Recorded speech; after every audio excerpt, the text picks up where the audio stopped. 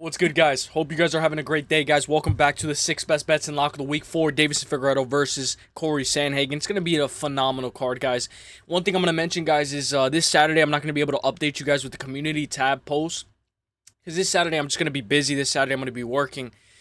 So, I'm not going to be able to update you guys with the community tab, but of course we got 6 best bets, lock of the week, 2 bonuses, and a parlay section. So, this is going to be a very important video for this week because I'm not going to be able to update you guys with the community tab like I normally do every Saturday. So, I hope you guys have a great Saturday, of course.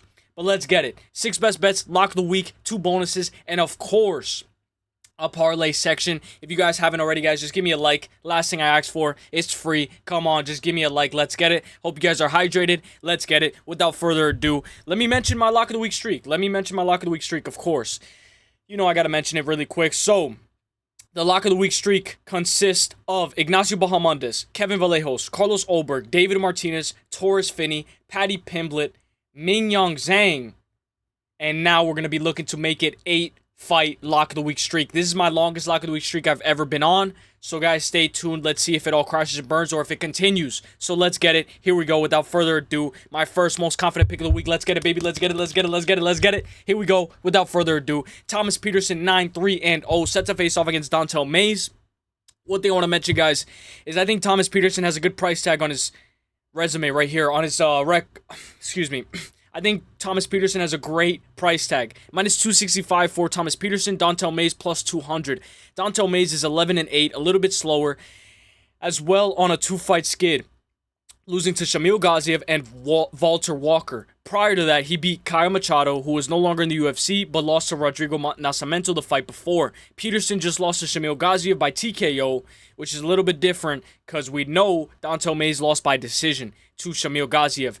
Peterson is 3-2 in his last 5, looking to get back in the win column with a win over Dontel Mays. His most recent win is over Mo Usman. Peterson to push Dontel Mays against the fence, cage work, the clinch as well, slow down this fight to his own advantage. Let's go Thomas Peterson for the dub. One thing I want to mention, guys, is if you don't know, Thomas Peterson and Jamal Polks fought each other, and they have trained together before, so this is very good for me to see. I like it. I like it when fighters have fought each other and then they train together as well. And then, of course, I want to mention this. Shout out to welterweight wagers. UFC Des Moines official bet, Thomas Peterson. And he says inside the distance, but in this case, we're going to take money line. He says Mays is a total fish off of his back. And to be honest, it doesn't seem like he cares about his career at this point. Peterson is good on top. The one thing in his game that impresses me, ground and pound or sub, is live. I like Thomas Peterson money line at a minus 265 over Dontel Mays, who's a plus 200. Give me Thomas Peterson at a minus 265. Let's go, my guy. Let's go. Second most confident pick of the week, guys. Let's get it. I'm not trying to waste your time, so let's get it. Here we go. Without further ado, my second most confident pick of the week. Let's get it. Gaston Bolanos, 8-4-0. One thing I want to mention, guys, is Gaston Bolanos minus 148 is going to be set to face off against Quang Le, who's a plus 116. Quang Le has yet to get a UFC win and is 0-2 in the UFC. Bolanos got taken down 4 times by Cortavius Ramirez and was controlled for a bit of time in that fight, and I didn't like that at all from Bolanos. Bolanos has 6 TKO wins and 2 wins by decision. Bolanos has fought in Bellator as well. He is 2-1 in the UFC. His only loss in the UFC is to Marcus McGee. And if you know, Marcus McGee is an absolute beast. Quang Le lost to Chris Gutierrez and Long Zhao. Bolanos to defend the takedowns and work. What I like to see about Bolanos is right here. I like his boxing. We know that he's a knockout artist. He has that power. And I loved how he fought in his most recent fight against Cortavius. I like to see that. You know, he gets taken down, but he shows that he has a good get-up game as well. So give me Gaston Bolanos to win this fight, of course. One thing I want to mention is Gaston Bolanos is one of the more accurate strikers in the UFC. Shout out to Finn's Chats MMA, guys. Go follow him if you guys haven't already, guys. Going up against Quang Le, one of the least accurate strikers in the UFC. Gaston Bolanos strikes landed minute 3.74. Gaston Bolanos strikes absorbed 2.57. Quang Le strikes landed per minute 3.02. Quang Le strikes absorbed, negative striking differential. So give me Gaston Bolanos to win this fight. Let's just take money line, guys. Let's not get fancy. Give me it on minus 148. Give me Gaston Bolanos for the dub. Now my third most confident pick of the week, baby. Let's get it. Who's it gonna be? Asmabekov 19-3-0. Asmabekov is set to face off against Ryan Lotw. Asmabekov is a -410. Ryan Lotw +290. A Russian wrestler versus American wrestler. This is by far one of my most anticipated fights on this card. Ryan Lotw is a high caliber athlete with an amazing wrestling and outstanding crucifix. That once he has control in the crucifix position, this guy will rain elbows like hell from that crucifix position. He's coming off of that brutal TKO win over Robert Valentin and now being fed to the wolves against Asmabekov, a well-rounded knockout artist who is 19-3, 7 TKO wins on his record, as well as 8 subs in his pro career and 4 decision wins. I expect Bekov to win this fight inside the distance, but let's not get fancy with it, guys. Just give me Asmabekov moneyline at a -410 as one of my most confident picks of the week. When we look at this, guys, one thing that I really like to see is how he works on the pad. You guys know me. I like to see how you work on the pad. We know that a lot of people can look very good on the pad, but consistency on the pad is shown time and time again. It shows that he's working on that straight down the middle. That's something that I like to see. And then right here, Asmabekov, who KO'd Zachary Reese at short notice at UFC 311, has some old beef with Hamzat, which they agreed to settle in sparring once. Chimaev asked him not to get offended if he KO'd him. It started with Bekov getting annoyed that Hamzat threw shade at Habib and Shelmo. So, Asmabekov is willing to fight anybody, guys. He's willing to fight anybody. So, give me Asmabekov for the W, guys, to beat Ryan Lotw. Just give me Asmabekov. If you want to get fancy, you could take by KO on points. You could take by KO or submission. But in my opinion, guys, I like the money line at a -410 over Ryan Lotw, who's a +290. So let's go to my 4th most confident pick of the week, guys. Let's go without further ado. Let's get it. The lock of the week is going to be the 6th most confident pick of the week, so let's get it. Here we go. Cameron Smotherman, 12-4-0. Cameron Smotherman is set to face off against Sarid City, who's a -142. This is a very tough test for Smotherman because Smotherman's having his 2nd fight in the UFC and he's being fed to the wolves. Smotherman was put on the map with a short notice win over Jake Hadley. He was deducted a point in that fight because he kept on poking Jake Hadley's eye. I hope he doesn't foul this time because losing a point in a close fight is massive. You don't want to lose points at all in MMA. Jake Hadley just won in PFL by Scottish Twister, so how good is Cameron Smotherman? The amount of volume that City's going to be able to put on is going to be a little bit overwhelming for Smotherman, but I think Smotherman should be able to hang in there. City is chinny, and he lost a split decision to Roman Tavares, but he has insane volume, and he never gives up, always moves forward. He doesn't move his head sometimes, and he always works in the pocket. City's going to be the taller fighter. He's going to be more rangy. He's going to have more volume, and Smotherman to wrestle if needed and to win a close decision, in my opinion. When I look at Smotherman, guys, I like to look at what Smotherman has to offer. I like to look at how much power he has, how he works in the pocket, how he works the bag, if he's willing to do whatever it takes to win this Saturday. And I think he's ready for this, guys. I think City's chinny. We know City's chinny, but I think this guy's going to beat City. One thing we have to mention is that Smotherman was KO'd by Charlampus Gregorio. And this guy says, so this is y'all favorites underdog on the week. Cameron Smotherman, 72% of Tapology is on him. And he says City's going to have a field day with him. In my case, I think Smotherman should be able to win this fight. I like Smotherman this week. Boxing is crisp. City had trouble with Armfield's boxing. I couldn't agree more with this guy. I like Smotherman this week. Boxing is crisp. City has had trouble with Armfield's boxing. So that's very well. I really wanted to bring that up. So shout out to this guy. Let's get it. Let's go Smotherman for the dub. My 5th most confident pick of the week, guys. Let's get it. Here we go. Without further ado, guys. Like the video, guys. Comment. What's the time? Comment 8:41, gang, if you guys have gotten up to here. Let's go. Montel Jackson, my 5th most confident pick of the week. Montel Jackson -215, set to face off against Daniel Marcos at a +164. Montel Jackson has the power advantage, 8 TKOs. Montel Jackson is 8-2 in the UFC, losing to Brett Johns and Ricky Simone, both by unanimous decision. I think if Jackson will have issues in this fight, it will be maybe with Daniel Marcos evading shots and Marcos' footwork. Jackson is coming off of an 18-second KO win over Damon Blackshear. Daniel Marcos is undefeated, coming off of that close split decision to Adrian Yanez. Marcos was getting his legs chewed up in that fight. Marcos has a win over Davey Grant, John Castaneda, and Simon. Let me double check. Correct me if I'm wrong. Let me double check. I'm just going to double check this real quick. John Castaneda and Simon Oliveira, which is actually a very good win in my opinion. So, I just wanted to double check that, but Montel Jackson has a very tough test ahead of him. I believe Montel Jackson should be able to edge out and win this super close competitive fight. But it's going to be a very close fight.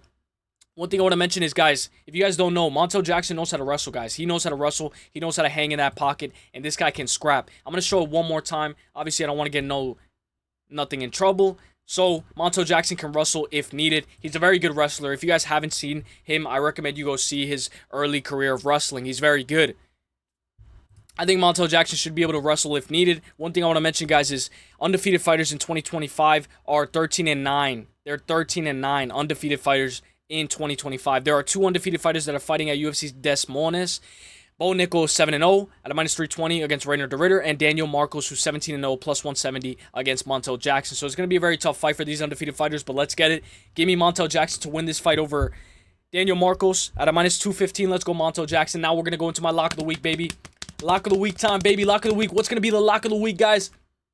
Comment 1040 gang if you've made it this far, guys. Lock of the week time, baby. Let's get it. Let's get it. Let's get it. Let's get it. Lock of the week. What's the lock of the week, guys? Does it continue or does it all crash and burn? Let's get it. Here we go. Lock of the week time. Bo Nickel, baby. 7-0. Set to face off against Reinier de Ridder. And this is going to be one of my most anticipated fights, if not my most anticipated fight on the entire card. At a -330, Bo Nickel versus Reinier de Ridder, who's a +240. I think that Bo Nickel has what it takes to win this fight.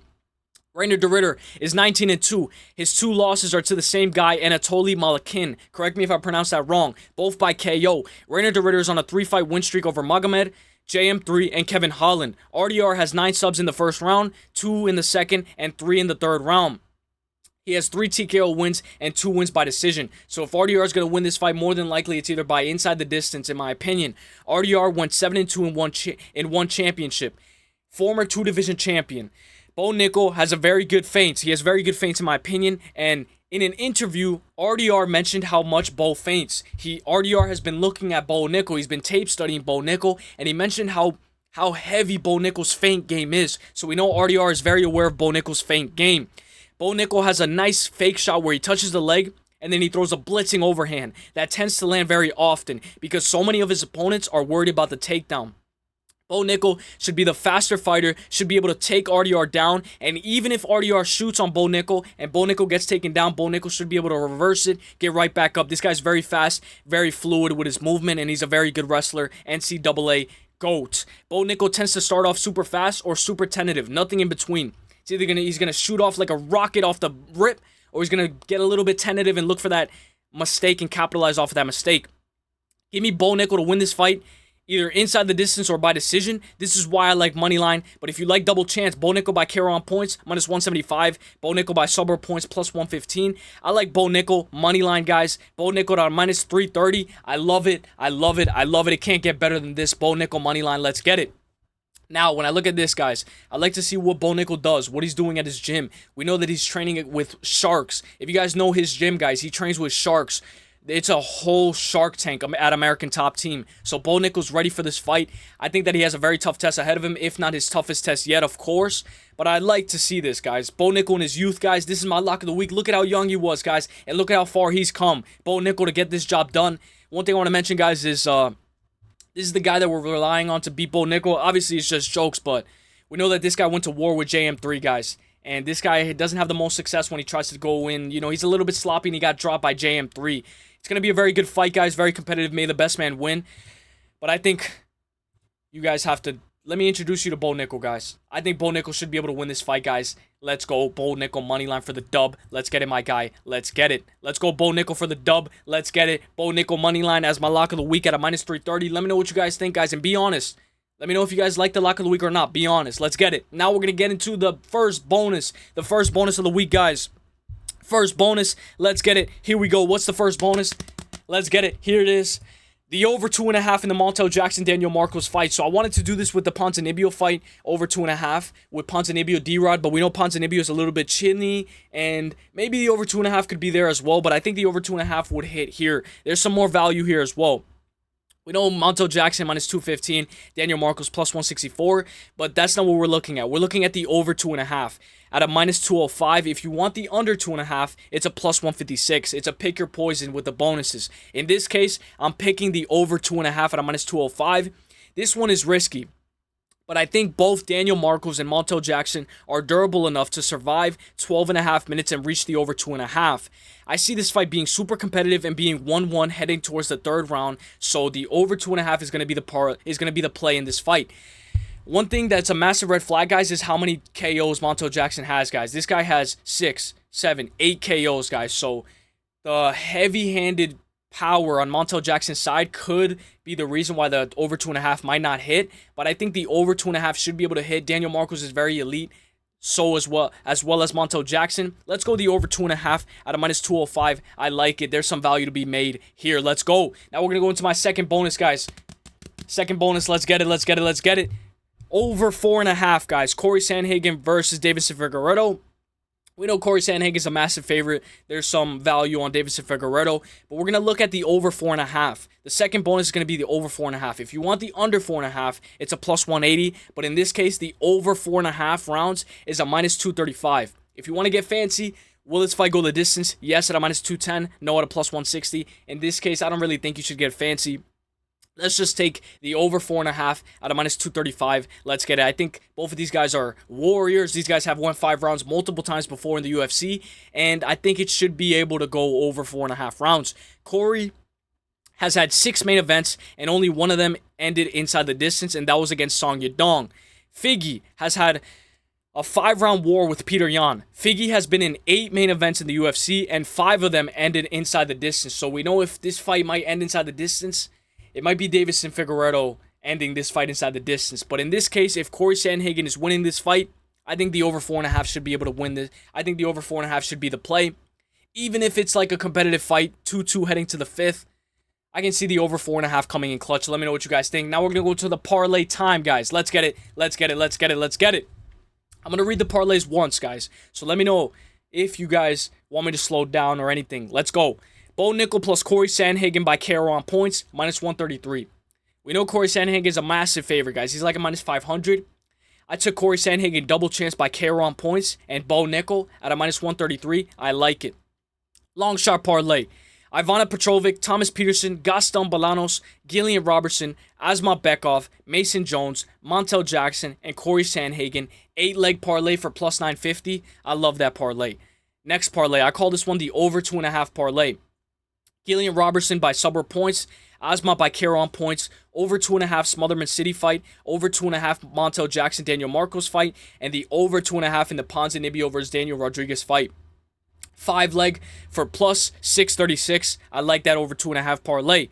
Next parlay, Cory by points, Cory Sandhagen by decision at a minus 140. Bo Nickel money line, over 2.5 Montel Jackson Daniel Marcos fight, 3-leg for plus 232. I like it.